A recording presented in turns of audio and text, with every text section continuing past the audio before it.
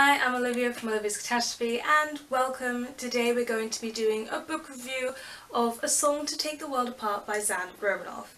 This is one that I was sent for review and thank you so much to the author for sending it. I really enjoyed reading it. I read this during the summer holiday and this is the perfect book to read during that time. But if you think it's going to be one of those chick flick romances that are contemporary and easy to breeze through, think again and make sure you stay and watch this review because I'm going to tell you what this book is all about. So first, let's get down to a quick summary of the plot. The main character in this book is called Lorelei and she is a girl who is used to the quiet. Her house is amazingly quiet and one of the first rules that she was taught was never to sing. But now she's growing up and there's this boy she really likes called Chris and somehow, suddenly, her voice wants to come out. Now the synopsis is really vague, but it still intrigued me because immediately I was thinking about why can't she sing, what could it be, and I thought maybe she's a siren, and that does come into play in this book and it's just such a good book.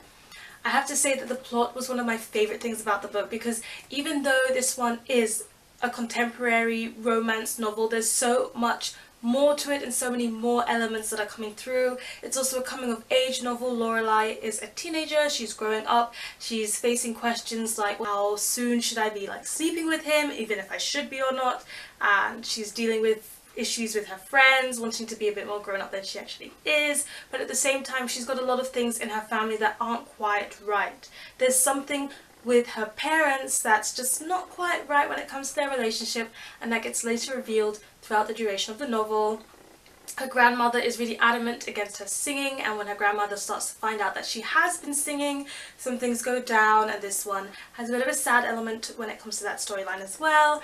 And as well as that, there's just Lorelei herself trying to figure out why can't she sing, and when she starts singing, why does her voice do what it can do, and what trouble can she get into with that. And I can tell you without spoilers that Lorelei gets into a whole load of trouble, and throughout this novel she really doesn't know what to do, how to solve it, how things will come into play. And it's also a classic situation where the reader knows a bit more than the main character does, because there's some things that the reader just knows, seeing as this one is told in third person, that the main character doesn't get to know, and because we know that, we are trying to help us see it while we're reading, even though we can't, and it's just, it works really well with the novel. I don't really quite have the words to express it. But even when I was reading this one, the first thing that struck me the most, I have to say, was the writing style. I felt like Zan Romanoff's writing style was geared directly to me.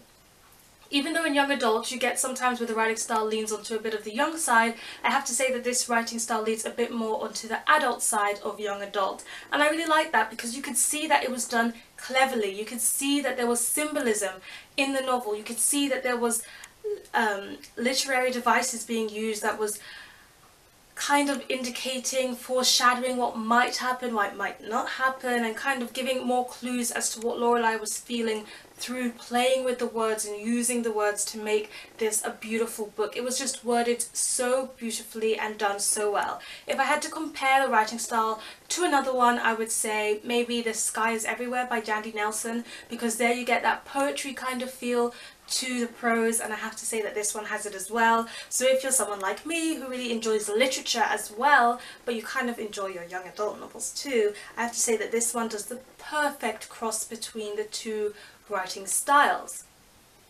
Now, if we move on to the characters, there's a huge array of characters in this. It's told in third person and you're mostly focusing on what happens with Lorelei, but of course there's Zoe, who is her best friend, and you get to see how best friendships shift and move and change and come back to each other throughout the novel. I really wish I had a best friend like Zoe. But we also get to see Nick and Jen. Nick and Jen are Lorelei's older twin brothers, and their situation is kind of different from what she has going on in her family, and you get to see that. Also, Nick becomes a very prominent character later on because of a certain storyline that involves him, and There's also Chris, who is the main character, who is keeping his own secrets even though it doesn't seem like it, and you get his storyline as well. A bit of background with his mother, because Chris has lost his father, and that has something to do with the way that Lorelai feels in the novel.